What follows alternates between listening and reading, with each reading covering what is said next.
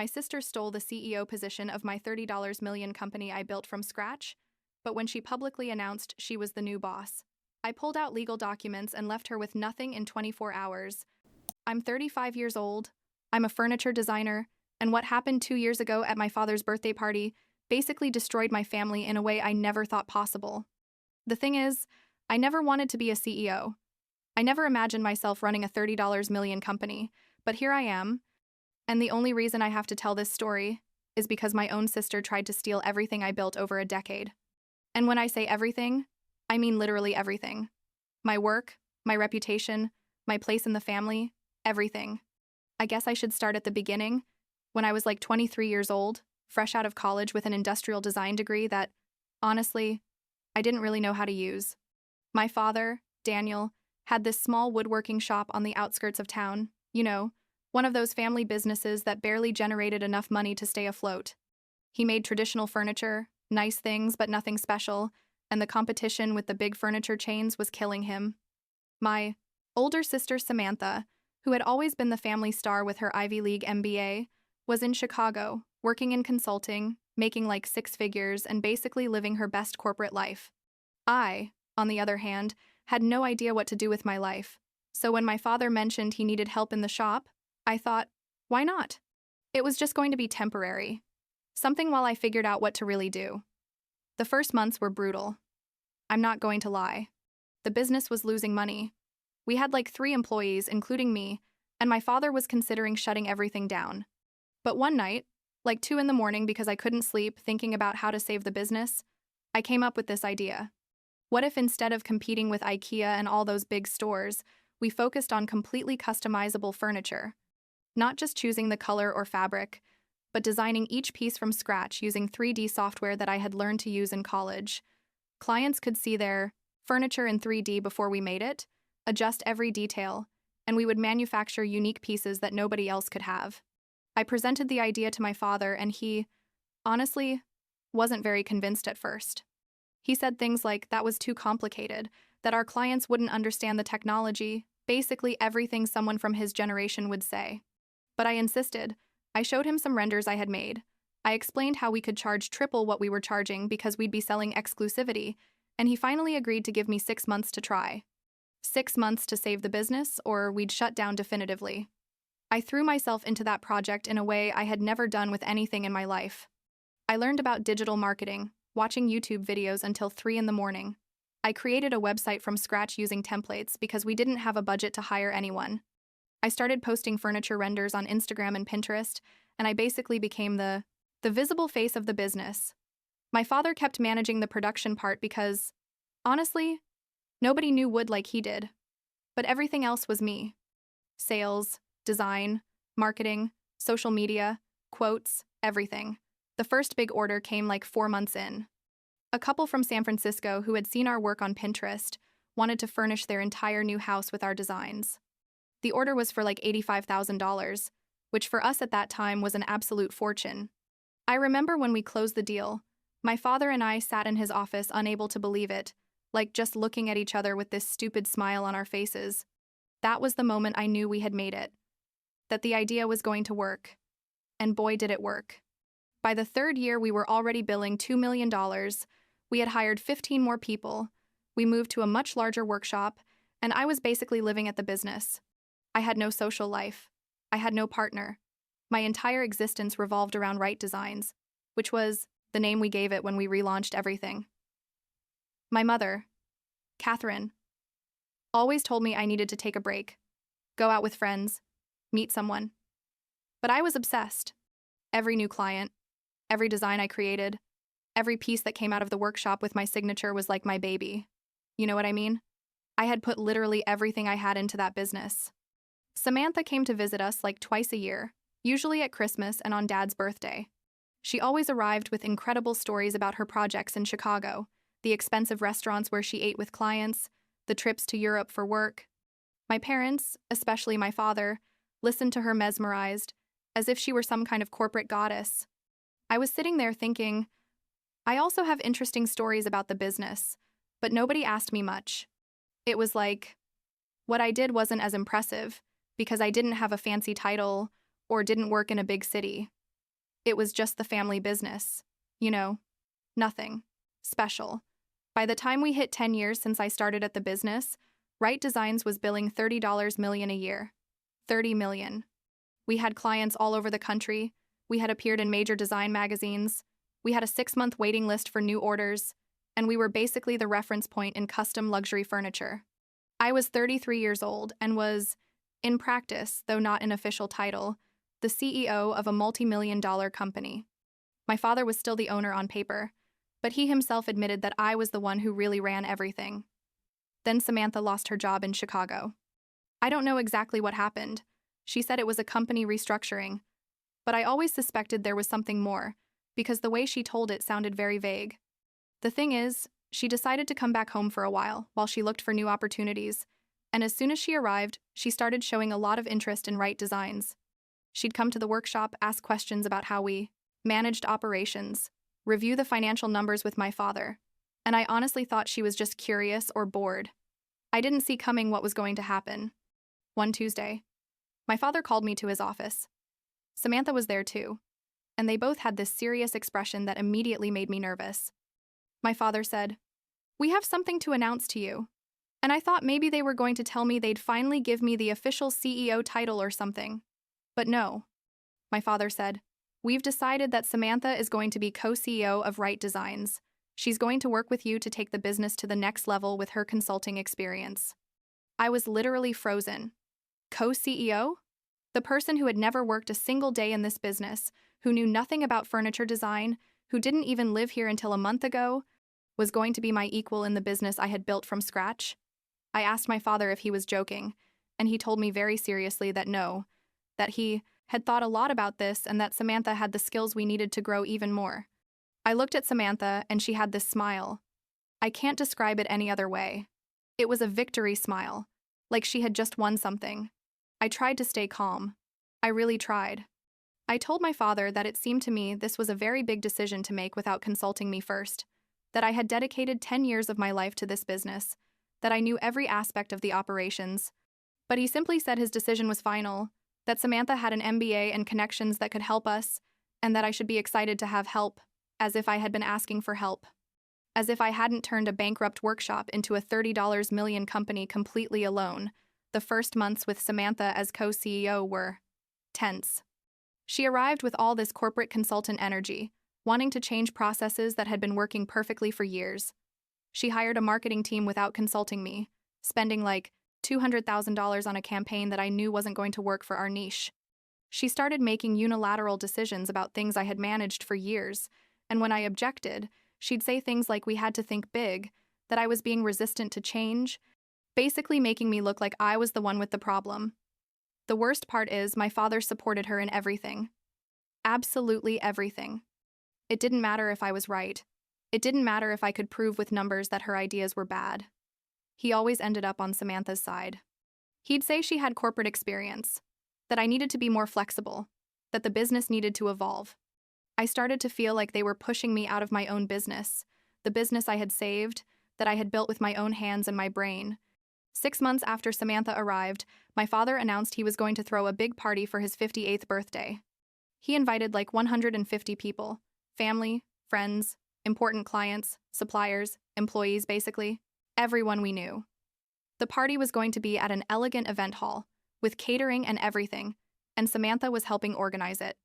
I was so buried in work trying to fix the problems Samantha's decisions had caused that I barely paid attention to the party details. In the night of the party, I arrived like half an hour late because I had had a call with an important client that Samantha had upset with her changes. When I entered the hall, everyone was already there. There was music, people were eating, and my father was in the center of the room with Samantha beside him. My mother saw me come in and signaled for me to come closer, but before I could get there, my father took the microphone. He said something about how grateful he was to have all these people in his life, about how Right Designs had grown beyond his dreams, and then he said, "And all of this has been possible thanks to the visionary leadership of my daughter, Samantha, who in just 6 months has completely transformed our company." I felt like I was punched in the stomach. What? Her visionary leadership? In 6 months? And what about my 10 years? But wait, because it gets worse. Samantha took the microphone and started giving this speech about how she had come back home to save the family business, how she had implemented modern corporate strategies, how it had been a challenge working with outdated systems, but she had finally managed to professionalize everything. Every word that came out of her mouth was a lie, a complete distortion of reality. But there she was, in front of all our clients and employees, taking credit for everything I had done. And then came the final blow.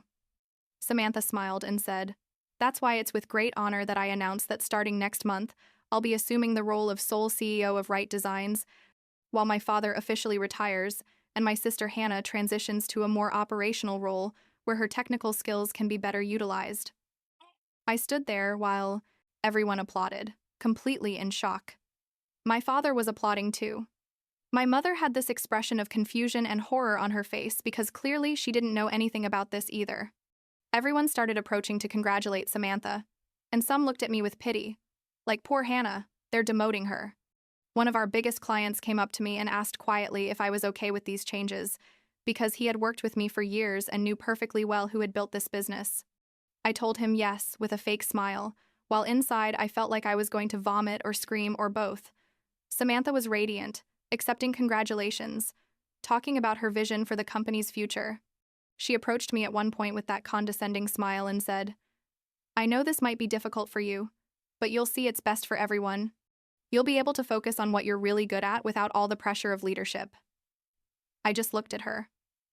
I didn't say anything. I literally couldn't speak. Because if I opened my mouth, I was going to say things I couldn't take back.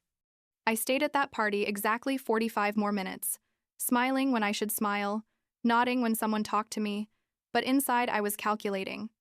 Because the thing is, Samantha and my father had made a very big mistake, a mistake that neither of them had thought to verify before making their little public coup.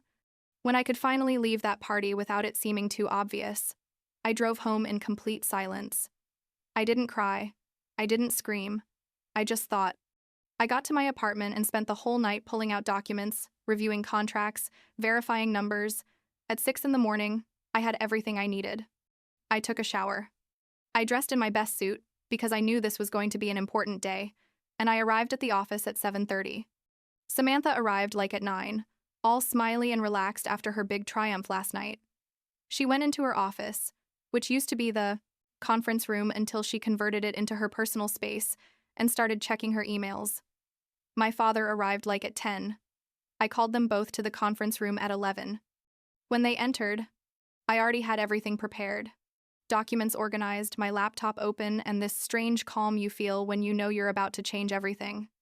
My father started saying something about how he hoped we could all work together professionally in this new stage, and I interrupted him. I said, "Before we continue with this, there are some details I need to clarify." I pulled out the first document. "This is the corporate registry of Right Designs." I said, "As you can see here, I own 53% of the company's shares. Dad, you have 42%, and Mom has 5%. Samantha doesn't have any shares." Samantha's face was, I have no words. It was beautiful to see. My father said, "But I'm the founder." And I explained very calmly that yes, he founded the original workshop, but when we restructured the company, 8 years ago, to be able to get investment and grow, he insisted on giving me shares as compensation for all the work I was doing. He probably didn't remember the details because it was so long ago and he was more focused on production, but I remembered.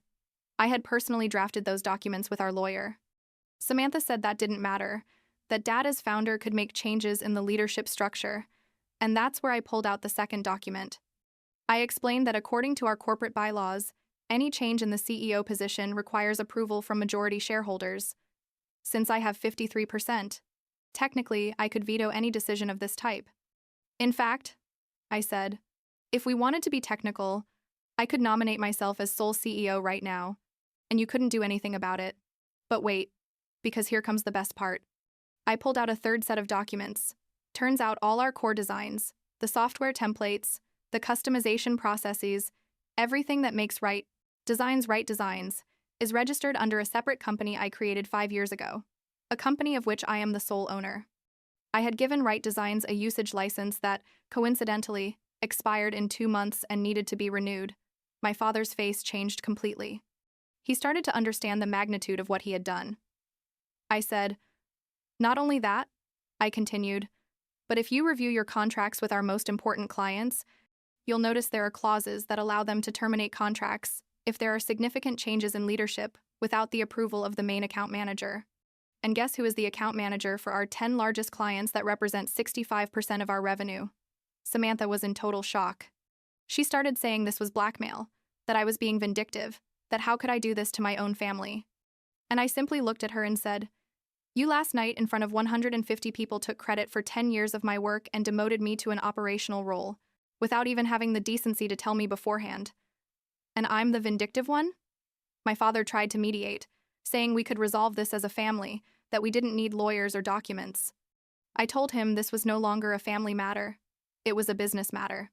They themselves had decided to make this public and corporate when they announced everything at his party. So now we were going to handle it corporately and legally. I gave them two options. 1. Samantha resigns immediately as co-CEO. She's given a generous severance package, and I assume the role of sole CEO with total authority over all business decisions. My father can stay as chairman of the board in a mostly ceremonial role. Or 2. I withdraw my usage license for the designs. I terminate my contracts as account manager, and I watch how Right Designs tries to survive without its main product or its most important clients. The silence in that room was probably the longest silence of my life. My father was looking at the documents, verifying that everything I was saying was true. Samantha was shaking, literally shaking with rage or fear or both. Finally, my father said, "I need time to process this," and I gave him until the end of the day. At 5 in the afternoon, Samantha sent her official resignation. My father called me to his office and told me he accepted my terms, but that he was very disappointed in me for the way I had handled everything. I responded that I was disappointed in him for trying to steal my business and give it to my sister without even consulting me. We stared at each other for a long moment. And I think it was in that moment when we both realized our relationship was never going to be the same. I spent the next 2 days personally calling every important client to explain the situation. I told them there had been some changes in the leadership structure, that Samantha was no longer with the company, and that I would continue as their main contact, now in my official role as CEO. Most were relieved, honestly. Several told me they had been worried about the party announcement because they didn't want to work with someone new. Samantha got a job in California like 2 months later. She posted it on LinkedIn with all this talk about new beginnings and exciting opportunities, but I knew the truth. She had had to leave because staying here after what happened was impossible. Everyone in the industry knew she had tried to take credit for someone else's work and had failed spectacularly. My father officially retired 2 months after all this. He said it was because he wanted to enjoy more time with my mother, but I know it was really because he was embarrassed. Embarrassed for having backed Samantha so blindly, embarrassed for not having valued my work, embarrassed for almost destroying everything through his obvious favoritism toward her. Christmas that year was, without exaggeration, the most awkward of my life. My parents insisted both of us come to the family dinner, like trying to maintain some kind of normalcy. Samantha came from California and basically didn't speak to me the entire night. At one point, my mother tried to get us to toast together for the new year, and Samantha said something sarcastic about how I had had a fantastic year stealing her position. I responded that you can't steal something that never belonged to you, and dinner basically ended there with everyone uncomfortable and quiet. That was the last time I spoke to Samantha. I blocked her everywhere: phone, social media, email, everything. My mother sometimes asks me to reconsider, that she's my sister, and families should forgive each other, but I can't. I can't forgive that she tried to take everything I built, that she lied publicly about her role in the business, that she tried to reduce me to an operational role as if my 10 years of work weren't worth anything. Right Designs now bills close to $45 million a year. I hired an incredible team that truly understands and respects what we're doing. I undid all the disastrous changes Samantha had implemented and went back to what always worked: authenticity, quality, personal relationships with clients. We didn't need complicated corporate strategies. We needed to keep being ourselves but better. My relationship with my father is cordial but distant. He comes to the workshop from time to time to see how things are going, but he no longer has a voice in decisions. Sometimes I see him look around with this expression of pride mixed with regret, and I wonder if he finally understands what he almost lost through his favoritism. My mother and I are fine. She at least admits that what Samantha did was wrong, though she still tries to maintain family peace. Sometimes, when I'm alone in the office late at night, reviewing designs or planning next quarter's strategy, I think about how things could have been different. If my father had valued me from the beginning, if Samantha hadn't been so ambitious and selfish, maybe we'd still have a functional family. But the truth is, I can't change the past. I can only control the present and the future. And Right Design's future has never been brighter. Though the personal cost has been losing my sister and damaging my relationship with my father in a probably irreparable way, there are days when I wonder if it was worth it. But then I look at the business I built, the employees who depend on me, the clients who trust my vision, and I know I had no other choice. Defending what's yours isn't revenge, it's justice, I guess.